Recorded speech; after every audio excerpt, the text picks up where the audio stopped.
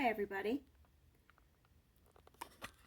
Okay, let me get my camera situated how I want it. How are we doing? It's been a while since I've made a video, and I just wanted to approach a topic about paper.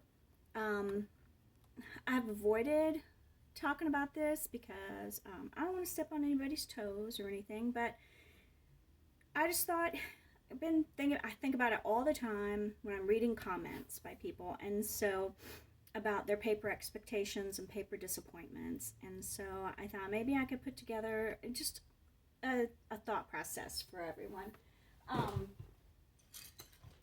who is confused about paper. I forgot I was gonna share something from Wikipedia, which was kind of hilarious. So I thought an illustration to start with would be great. And one of the things that came into my mind the other day was toilet paper versus tea bags. Now, what do these two things have in common in our daily use? Well, we know what to expect from our toilet paper and from our tea bags, and how they are affected by water. So, it's a little humor. And I don't want to hear about, all tea bags aren't made out of paper, because most of them, according to Wikipedia, are made by filter paper. And filter paper has some important properties and parameters with wet strength, porosity, particle retention, volume, flow rate, compatibility, efficiency, and capacity. I'm reading straight from Wikipedia, and that's part of my sense of humor.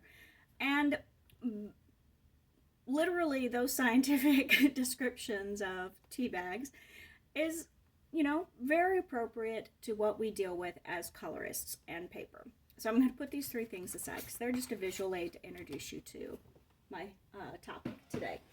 And my topic today is paper expectations. I find that I read, because I don't hear you, read comments about people who are upset because their paper is not holding up to their art processes the way that they think it should. And part of that really is because, I don't know if you're like me, but there are some artists out there that we watch on Instagram, and their work is so beautiful, it's so amazing.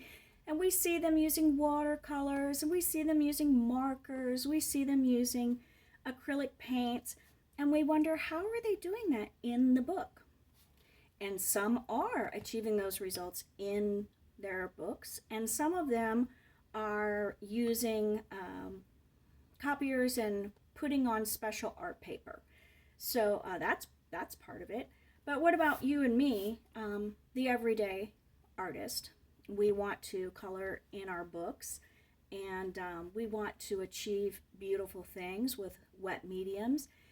And lo and behold, we ruin the page on the other side. Or our paper buckles. Or, we're just completely upset because we feel like our book got ruined by using markers or water mediums in our coloring books. And how disappointing is that? You bought this book and you like that artist and you want good results. So the only thing I can do is talk about the porosity of water with paper, whereas toilet paper is appearance-wise thicker than a tea bag. Toilet paper is gonna dissolve. It's meant to go down the septic. Your tea bag you put in piping hot boiling water, and it holds up just fine. So just thinking about that difference will help you understand the paper in different books. So what I have today is I'm not going to give you a huge comparison with all the different publishers out there and all the different types of paper, and it's not about that. It's just about opening your thought process and understanding the limitations of whatever paper you have in whatever book you have, so that you aren't as disappointed. Now, my first paper, this is just your regular bond paper that you would use in your printer at the office, at work, right? This is cardstock, which people use for all kinds of crafts and other purposes. This is a mixed media paper, so it's designed for, some markers, some water, pencils, pastels, whatever. And then this one here is specifically for watercolor. It's a little thicker, right? So here are 4 levels of paper that we're all basically familiar with. And so what I wanted to do was, one, let's talk about the impact of a Sharpie. Now, if I take my Sharpie, which I just put lotion on my hands, so now I can't get the cap off. Okay, cap off. If I take a Sharpie and I write on office bond paper, what's going to happen? It's going to go through. What happens if I do it on cardstock? Same amount of scribbles. Not going to go through. Mixed media. Actually, the mixed media kind of went through a little bit more than the cardstock. And of course, we do not expect any Sharpie to bleed through on our watercolor paper. And it doesn't. You can barely see it when you turn it over. Okay, so a Sharpie is, I believe they're alcohol based, but don't quote me on that because I don't know and I didn't look it up ahead of time. Okay, so some people I've seen do color with Sharpies, so I wanted to do a Sharpie. Now this is a pro marker, and a pro marker is an alcohol based, you might be familiar with Copic, I'm not sure how you pronounce it, markers. I don't have any, I don't use them. I'm not a huge marker fan. I have a tiny little bit. I have 1 skin tone set of these. So, bond paper. Oh man, look at that. It just goes straight through, right? Cardstock. You can put quite a bit on there. It's going through a little bit. Mixed media. Yep, and we even went through the mixed media because alcohol markers, boy, they penetrate. If you've ever used them, you've already experienced that. Watercolor paper. No, it didn't go all the way through, but it definitely, I don't know if you can see, but I can see that it went through a little bit more than the Sharpie. Okay, so we know markers are going to go through some papers, and that includes, I would have to think that most coloring books, your alcohol-based markers are going to go through at some level, depending on how much you use it. So I wanted to compare a fine liner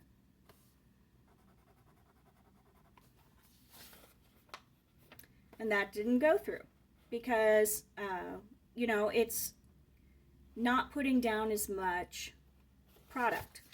So it would take like a lot more time to go through. Didn't go through. Mixed media. Of course, it's not going to go through mixed media. It's not going to go through watercolor. In fact, the watercolor kind of absorbs the marker quite a bit because it's made to have more room for absorption, right?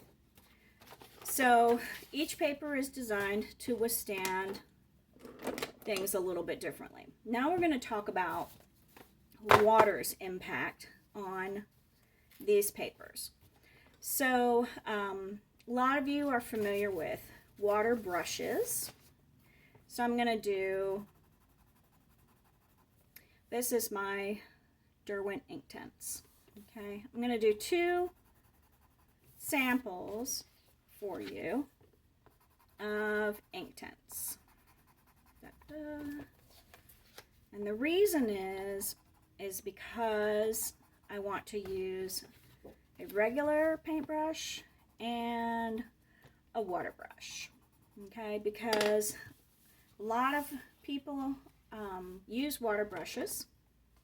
I have this really fat one, right? And this one's gonna, of course, put out a lot of water onto my paper. And I have this water brush, which is a little bit smaller. This is the ones I normally would use because I've found that my fat brush puts out so much water that my papers usually can't handle it. So here is water brush on bond paper, water brush on cardstock, water brush on mixed media, water brush on watercolor paper. All right. So each of these papers are going to handle it differently. Watercolor paper is going to handle it brilliantly. It's designed exactly for this. Your mixed media is going to handle it really well. You see, I didn't go through. There's a tiny divot from the water, so the paper will get a little warp there. There's no warp on the watercolor paper. The mixed media has a tiny divot. The cardstock does have a divot as the water has penetrated through the paper, but the color did not go through. Okay, and then your printer paper, your bond paper, yeah, it's going to make a mess. It's going to come through, and if you had art on the back side, it would be ruined. So one of the things that I have done is I've switched away from water brushes because the water flow, if you've got a good water brush where the valve is intact, you're going to have better results.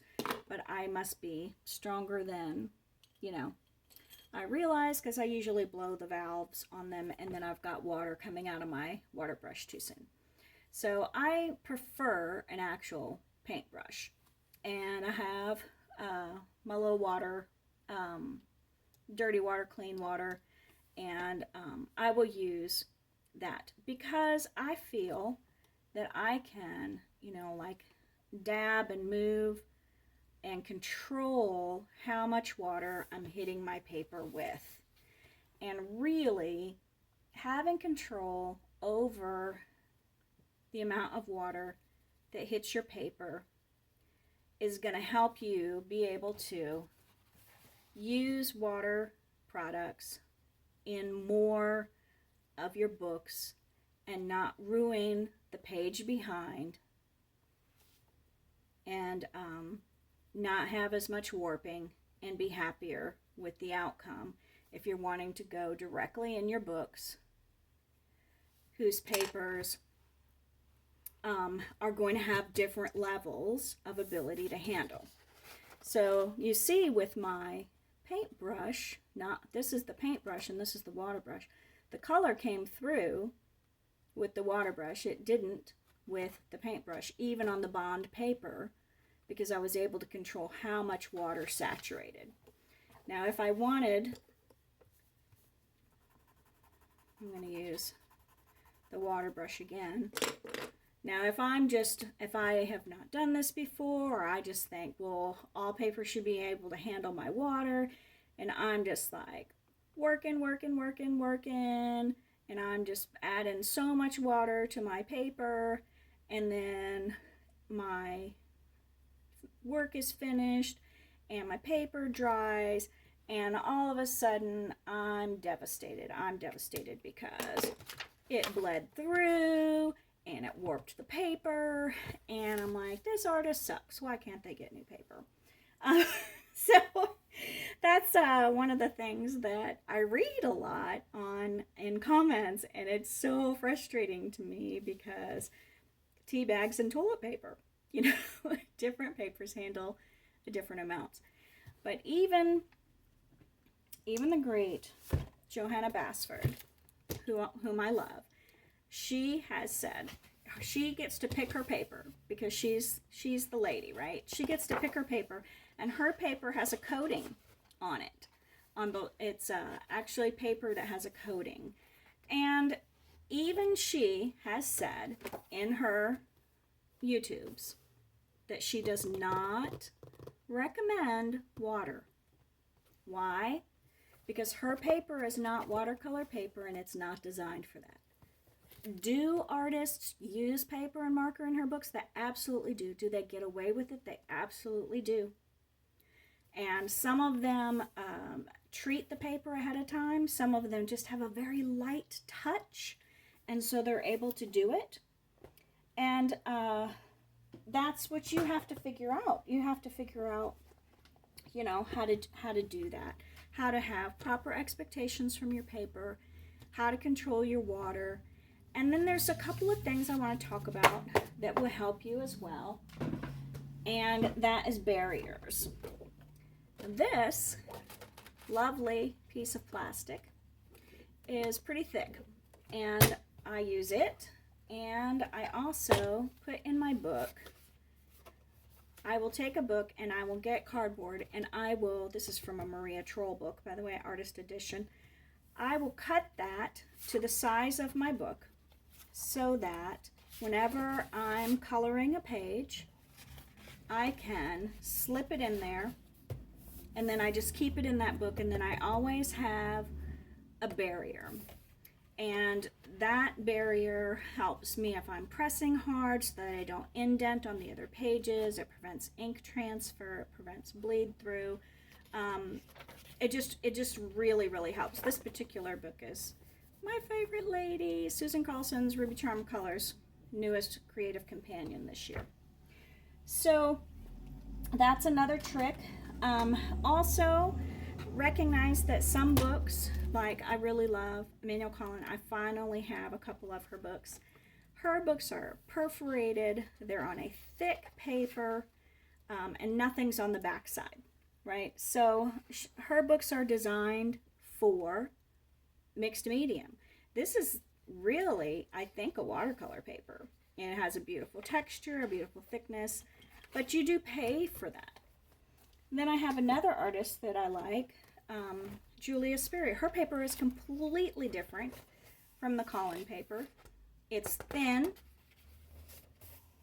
but one thing that's lovely about it is she too doesn't print on both sides of the paper. So you stick your handy dandy bleed through, and you don't even have to take her pages out, and you can use your markers and your watercolor.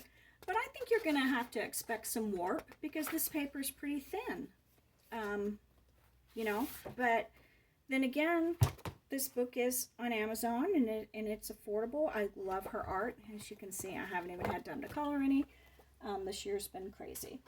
So there's that, and then goodness, there's artists like Clara who have hardcover book, her, and Maria Troll, and Hannah Carlson. We've all come to love their books, you know, and see, that's such a mess.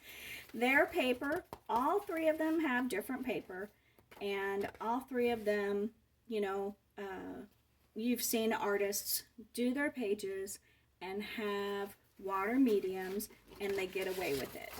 And they do that by using a little less water. They do that by maybe gessoing the page, you know, to prepare it so it won't bleed through.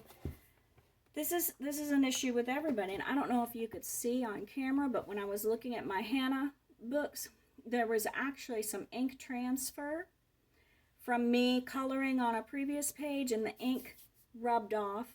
The ink printed in the book rubbed off and showed up on that book. And one of the papers that I didn't have in my samples of papers was the paper that Color Ya uses in her mandala book. This is actually a very slick and sleek watercolor paper. And marker paper. Why am I saying marker? This is a marker paper. It is marker friendly. It's designed for that. It's one-sided, right? So it's going to be, it's heavier, it's thicker, and you can use more mediums. And actually, because of that, it's a little bit slick for pencils. So there's another variable. If a paper is great for your other products, it might not be very good for your pencils. So, oh no, I guess that's all. You know, I really just wanted to open that up for people, get them to think about that, the limitations of water, that paper have different uses, coloring books come in different qualities of paper.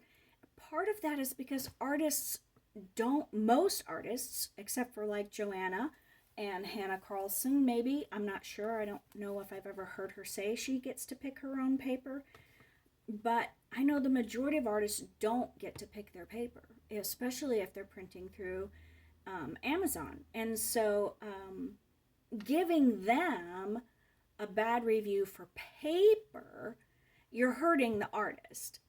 Now, if you tell Amazon you're not happy with paper, then you're directing your frustration in the correct place. Put your frustration in the lap of the publisher. Don't put it in the lap of the artists who are sharing their beautiful lines with you.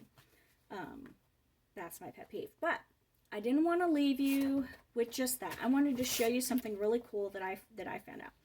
This is a piece that I did, and I don't know about you, but backgrounds are my nemesis, and they really overwhelm me, and I get truly frustrated with backgrounds. And so, let me pick this one. Well, they're both kind of bad. I wanted to show you something really quick as a reward for making it through my entire video. And this is really fun. Okay, so I have this frog, and I want him to have a cool background, but I don't want to color all that white space. So this is what you do. I saw this on another YouTuber. I'll find her thing, and I will link it in here. Is you can take, these are water brushes, by the way, which I was going to test, but I feel like this is just getting too long. Put my water brush onto this plastic. Get another color.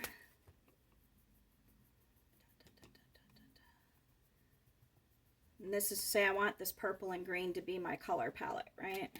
So, bring all this around. This is it's really fun. I loved it when I saw it, and I feel like my caterpillar came out great. Okay, and then you take a spray bottle, and you say, just a little mist, get that a little extra wet. Again, you know, depends on the paper you're using, how that's going to turn out. And then you take your, maybe I'll do it this way. You take it, and you go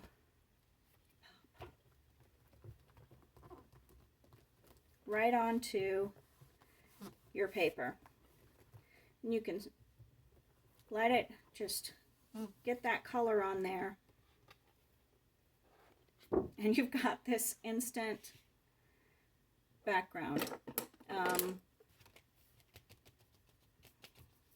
can, you know, like brush it around a little bit more.